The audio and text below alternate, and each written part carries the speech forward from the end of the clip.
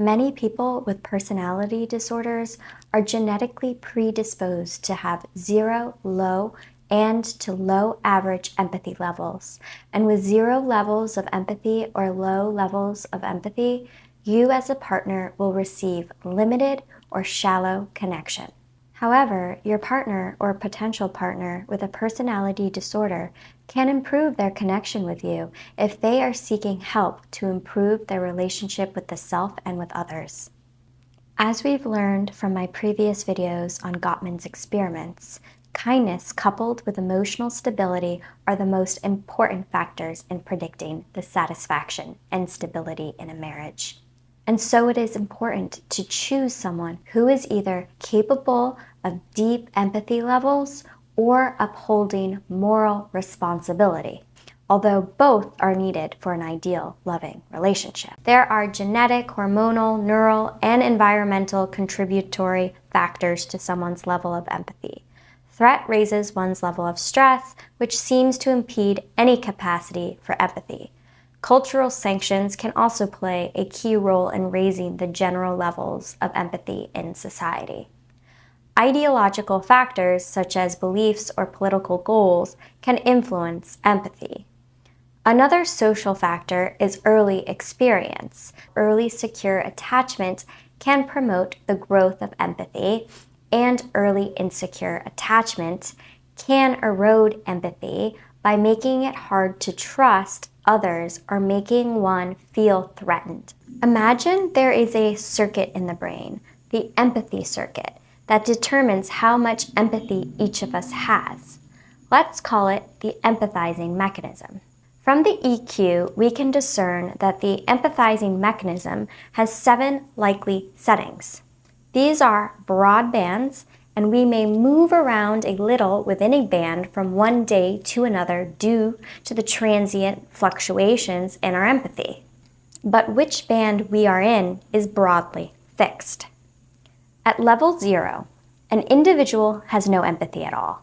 They wind up in clinics voluntarily seeking a diagnosis or who have been detained because they have gotten in trouble with the law or have had a diagnosis imposed on them. At level 0, some people become capable of committing crimes, including murder, assault, torture, and rape.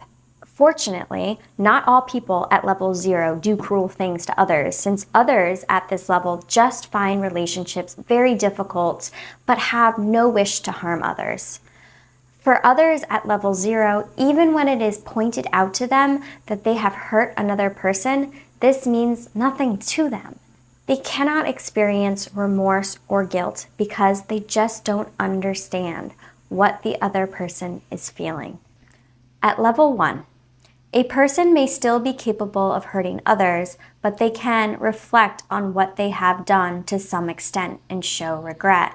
It's just that at the time, they can't stop themselves. Under certain conditions, the person may be able to show a degree of empathy, but if their violent temper is triggered, they may report that their judgment becomes completely clouded or that they see red.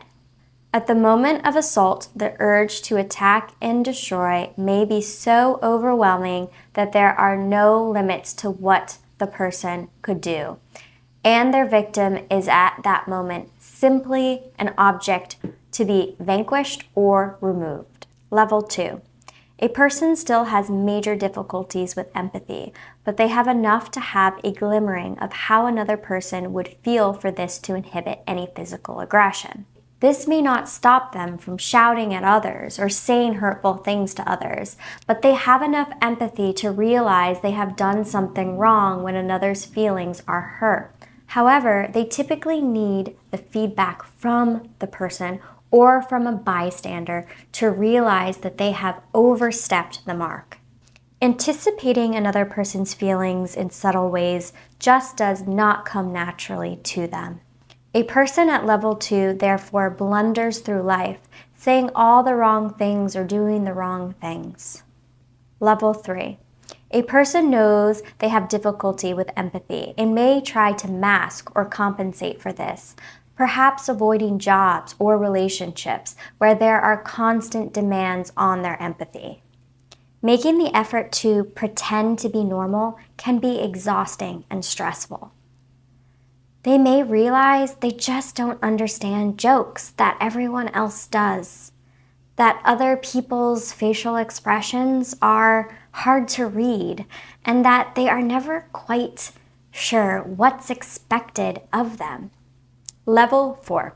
Most of the time, their slightly blunted empathy does not affect their everyday behavior, though people with this level of empathy may feel more comfortable when the conversation shifts to topics other than the emotions. More men than women are at level 4, preferring to solve problems by doing something practical or offering to fix something technical, rather than having prolonged discussions about feelings. Friendships may be based more on shared activities and interests than on emotional intimacy, though they are no less enjoyable or weaker because of this. Level 5. Individuals are marginally above average in empathy, and more women than men are at this level. Here, friendships may be based more on emotional intimacy, sharing of confidence, mutual support, and expressions of compassion. Although people at level 5 are not constantly thinking about others' feelings, others are nevertheless on their radar a lot of the time, such that they are far more careful in how they interact at work or at home. They hold back from asserting their opinions so as not to dominate or intrude. Level 6. We meet individuals with remarkable empathy who are continually focused on other people's feelings and go out of their way to check on these people and to be supportive.